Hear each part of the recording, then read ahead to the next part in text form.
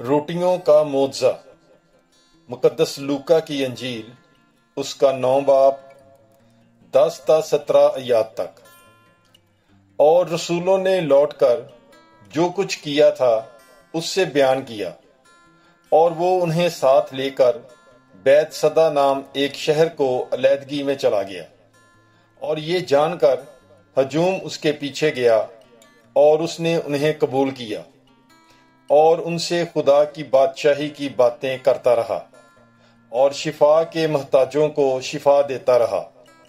جب دن ختم ہونے لگا تب ان 12 نے آ کر اس سے کہا کہ ہجوم کو رخصت کر، تاکہ آس پاس کی بستیوں اور گاؤں میں جا ٹکیں اور کھانے کو پائیں، کیونکہ ہم یہاں ویران جگہ میں ہیں۔ اس پر اس نے ان سے کہا، تم ہی انہیں کھانے کو دو۔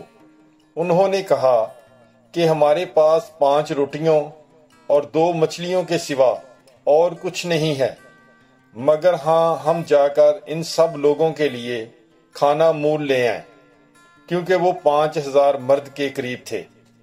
تب اس نے اپنے شاگردوں سے کہا کہ انہیں 50-50 کے دستوں میں بٹھاؤ۔ انہوں نے اسی طرح کیا اور سب کو بٹھایا۔